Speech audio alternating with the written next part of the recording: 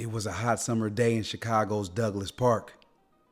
Kids were riding bikes, laughing, and enjoying the last of the sunlight for the day. But before the evening ended, it was gunshots, screams, and 15-year-old Marjay Dotson lied there dying in the grass. 14-year-old Jeremy Harrod was bleeding from his wounds, and another boy had barely escaped the bullets. Surveillance video from a police pod camera obtained by WGN through a source captures the moments leading up to a shooting at Douglas Park on Thursday. The footage shows a Chicago Park District lifeguard working on his bike as a group of teens approaches. In the video, the man then jumps up and opens fire on the teens, which we have frozen. Shortly after, the man is seen kneeling on the ground with the gun lying next to his knee. And now to a breaking news update. A Chicago Park District lifeguard is charged with murdering a 15-year-old boy near Douglas Park pool. The man is also accused of attempting to kill a 14-year-old who is the cousin of Laquan McDonald. Oki is a lab mix, about 5 years old. He seems a bit older than his years, as he's had to endure 5 surgeries after he was shot 4 times. Oki's owner says she saw the person who shot her dogs 2 years ago in the news again. All I know is that he killed my dog and tried to kill my other one. And apparently he's still on a hunt and just shot 2 helpless teenage boys, which is disgusting. Yeah, but I think the video, he wasn't even nowhere near the man. He didn't deserve it. His family wanted the service to be private after his death was all too public. He was a good boy. I loved him, and we're going to miss him. He a good boy. He all right. Dotson was 15 years old and a student at UIC College Prep. Nothing but good things to say, like truly, truly a light. Just brighten up every room he was in.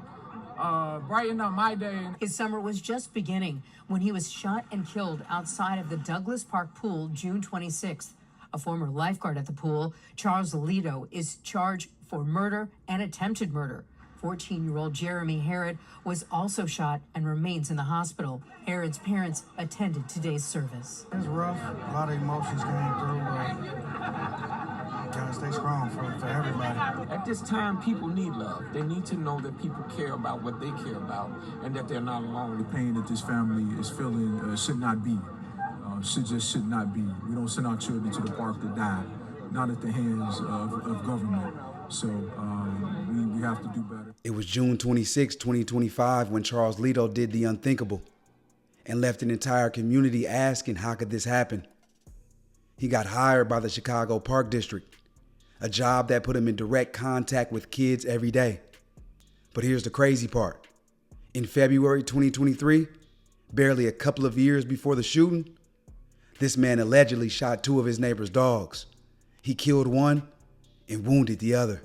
New details about a past altercation involving the Douglas Park shooting suspect. Charles Leto is accused of murder after opening fire last week on 2 teens, killing one of them. Well, tonight a Lakeview couple says that Leto also shot their dogs back in 2023. WGN's Angelica Sanchez following this story. She's in the newsroom with more. Hi, Angelica. Ray and Micah, the shooting left a mark on the dog owner and her family. She says she's spoken with the attorney representing the victims in the Douglas Park shooting and says she would like to help them in any way she can. It's very traumatizing. I still think about it. Jackie Corvus Michaels is still haunted by the shooting of her dogs Squishy and Oki in the alley of her home while she was taking out the trash. Oki is the only one that survived. And just started open firing without any warning.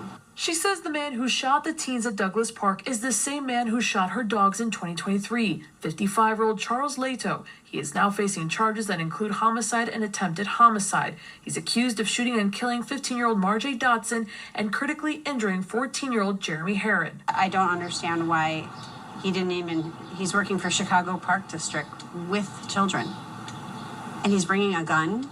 No charges were filed in the 2023 shooting because detectives did not pursue charges, even though the shooting resulted in a SWAT team response and an hours-long standoff with Leto. According to the police report at the time, he then related that he moved away from the dogs to keep distance. However, they kept moving towards him in an aggressive manner, placing him in fear of his life, causing him to fire both dogs 3 times. Corvus Michael says her dogs are rescues and are not aggressive pets. If we could be any of assistance in this case with these two young men, I would definitely be happy to help. She says she's reached out to the attorney representing the families of the teen boys. She would also like investigators to revisit the 2023 shooting of her pets. I just wanted somebody to do something because this man should not be out. He shouldn't be around anybody. He should not have a gun. I don't care about your military background. This isn't just a story of one shooting. It's about the cracks in the system that let it happen. It's about hiring practices that put convenience over safety. It's about the lack of accountability in public service roles, especially in underserved communities. It's all at the hands of this one individual who chose to bring a weapon to work at a place where he has made a pledge and a vow to save lives. Reverend Marvin Hunter is a relative of Herod and Laquan McDonald, the victim of a high-profile police shooting that sparked outrage across the city. Hunter is now reacting to Leto's charges. At least we now know that, this person that has done this thing will not just go free. Who is this guy, and where did he come from, and what is his background, and how did he end up at Douglas Park? Jeff Nuslin is an attorney representing both the Dotson and Herod families. He says he spoke with witnesses who say there was a fight after the Douglas Park pool closed Thursday night. The lifeguard shooter was closing up the pool.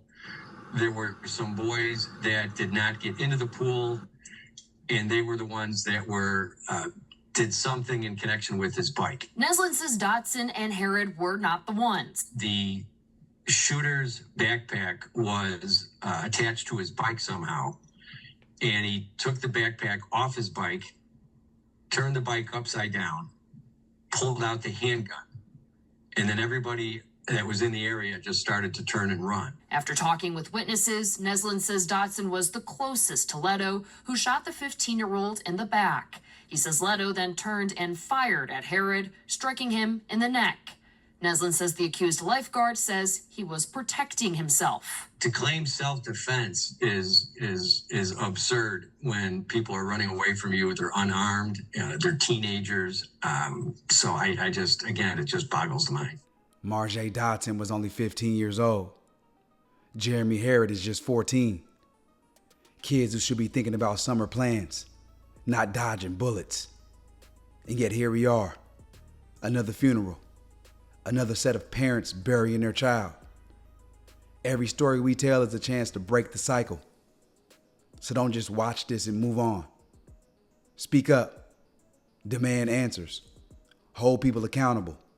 And if you believe these stories need to be told, subscribe to the channel. Because the more we shine a light on what's buried, the harder it becomes for the truth to be ignored. And besides, silence has a body count.